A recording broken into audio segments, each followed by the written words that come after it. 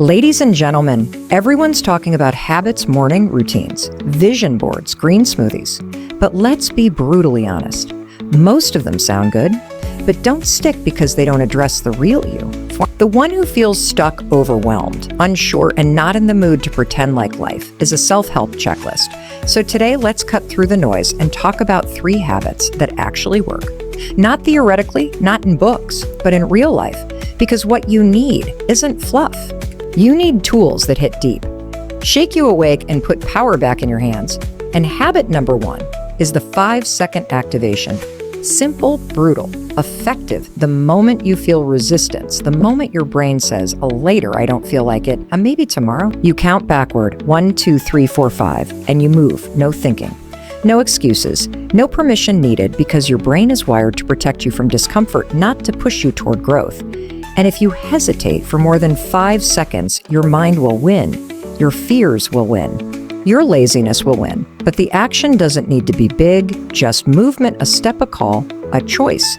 And suddenly you're building a track record of courage, not comfort, which rewires your confidence, because action beats thought. And when you take control in that window of hesitation, you take control of your entire life. And habit number 2 is focus on one small win daily. Don't overwhelm yourself with grand goals, massive transformations, 90-day challenges. Just win the next moment, the next hour, the next morning, and stack small victories that build momentum, because success isn't about crushing 20 goals at once. It's about consistency in one thing that compounds. So if you want to start getting healthy, just drink water before coffee.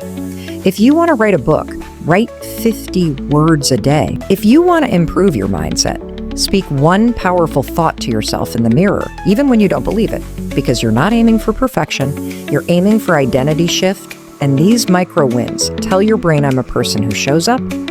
I'm a person who finishes. You finishes. I'm not waiting to feel ready. I'm building my readiness.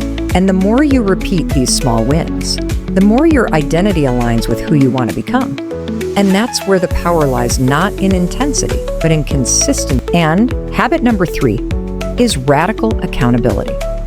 This is where it gets uncomfortable, but necessary, because you are not going to grow in the dark, hiding, scrolling, wishing, dreaming. You grow when you tell someone your goal, when you set a deadline, when you say it out loud and mean it. And most people avoid accountability, not because they're lazy, but because they're scared of failure, scared of judgment, scared of proving themselves wrong.